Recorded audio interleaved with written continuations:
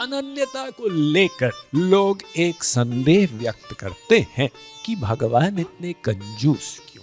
कहते हैं मुझसे ही प्रेम करो। अरे संसार में आपके हृदय में माँ भी है, बाप भी है, पत्नी भी है, बेटी भी है, बेटा भी है, सबका अपना अपना स्थान है। तो क्या गुरु को भी निकालना?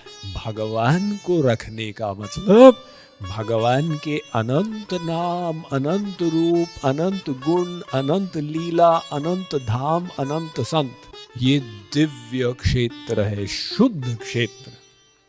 इसमें अपने मन को कहीं भी लगा दो, तो उनके रूप में गुण, लीला इत्यादि वृंदावन का ध्यान कर लो, मन अनन्य रहेगा। लेकिन संसार अगर आ गया तो मन की शुद्धि कॉम्प्रोमाइज हो जाएगी।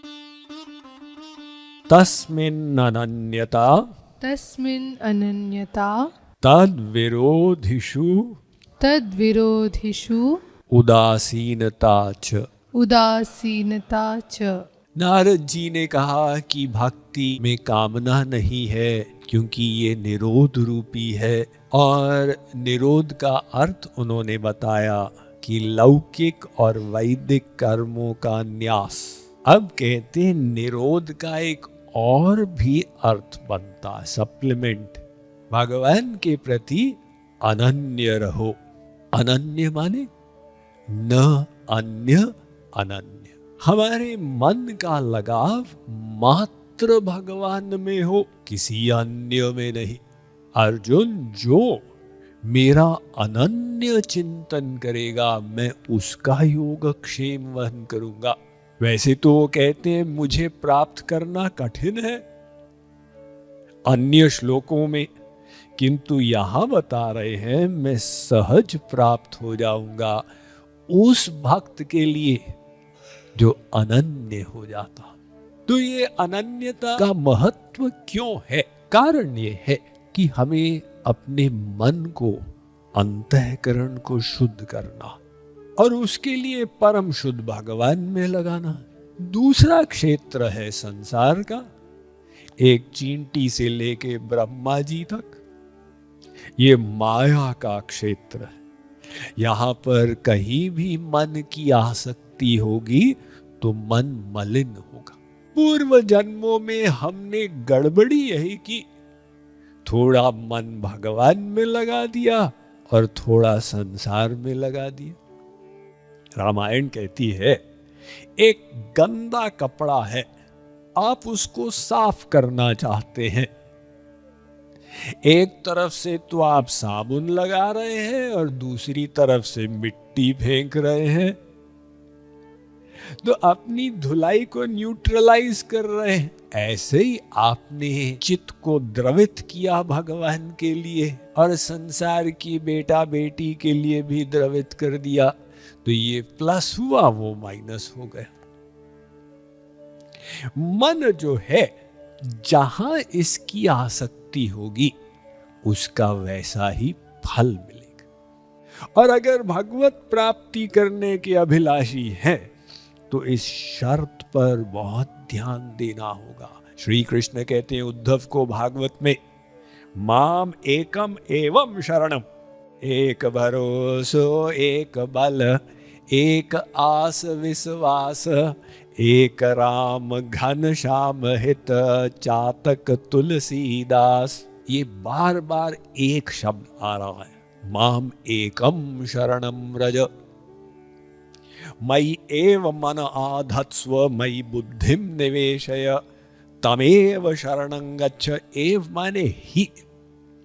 ये पूरी गीता जो बोली गई, इसमें बस भी और ही का झगड़ा था, जिसको श्री कृष्ण ने क्लियर किया। क्योंकि गीता के प्रारंभ में ही अर्जुन ने कह दिया, शिष्यस्ते हम शादिमाम त्वाम प्रपन्नम, मैं आपके शरणागत हूं, आपका शिष्य हूं। तो श्री कृष्ण ने कहा ऐसी बात है तो मेरी आज्ञा का पालन कर और युद्ध कर। लेकिन गुरुजी वो तो ऐसा है कि वैसा है। अब वो शरणागत था, लेकिन भगवान के शरणागत ही था ऐसा नहीं, संसार के भी था। और जब गीता का एंड होता है तो अर्जुन कहता है ठीक है, नष्टो मोह स्मृतिर्लब्धा करिष्ये वचनम तव। श्री कृष्ण, अब आप जैसा कहेंगे मैं वैसा ही करूंगा। अनन्यता को लेकर लोग एक संदेह व्यक्त करते हैं कि भगवान इतने कंजूस क्यों? कहते मुझसे ही प्रेम करो। अरे संसार में आपके हृदय में माँ भी है, बाप भी है, पत्नी भी है, बेटी भी है, बेटा भी है, सबका अपना अपना स्थान है। तो भगवान क्यों कहते हैं सबको निकालो, मैं अकेले रहूंगा? तो क्या गुरु को भी निकालना है? जी नहीं। भगवान को रखने का मतलब भगवान के अनंत नाम, अनंत रूप, अनंत गुण, अनंत लीला, अनंत धाम, अनंत संत, ये दिव्य क्षेत्र है, शुद्ध क्षेत्र। इसमें अपने मन को कहीं भी लगा दो। श्री कृष्ण में लगाओ, राधा जी में लगाओ, यशोदा में, नंद बाबा में, और गुरु में तो बेधड़क लगाओ। तो उनके रूप में गुण, लीला इत्यादि वृंदावन का ध्यान कर लो, मन अनन्य रहेगा। लेकिन संसार अगर आ गया तो मन की शुद्धि कॉम्प्रोमाइज हो जाएगी। तो इसीलिए एक तो ये हुआ अनन्यता, और यही सूत्र का दूसरा भाग कह रहा है तद विरोधिषु दासीनता।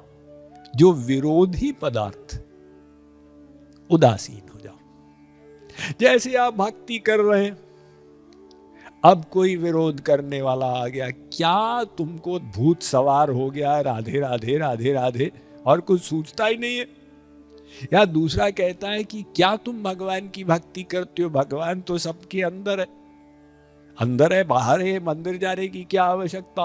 बड़े बड़े लेक्चरर हैं हमारे देश में, उन्होंने गीता पढ़ी नहीं, लेकिन बोल देंगे गीता में तो कर्म लिखा। तुमने गीता पढ़ी है? नहीं, मेरे पड़ोसी ने पढ़ी है, वो बता रहा था।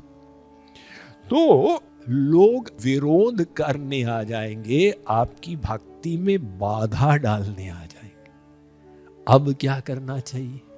क्या आप उनसे लड़ो, भिड़ो? तुमने ऐसा बोला, मैं तुम्हारी जवान खींच दूंगा। नारद जी कहते ऐसे मत करो, इसमें तुम्हारा अपना नुकसान हो जाएगा। उदासीन हो जाओ, न्यूट्रल। अरे संसार हमारा है ही नहीं, हमको उससे लेना देना क्या? हम अपने मार्ग पे चले। तो लड़ाई झगड़ा करने से हमारा अपना अंतःकरण का नुकसान हो जाता। उसकी रक्षा करना साधक का कर्तव्य बनता।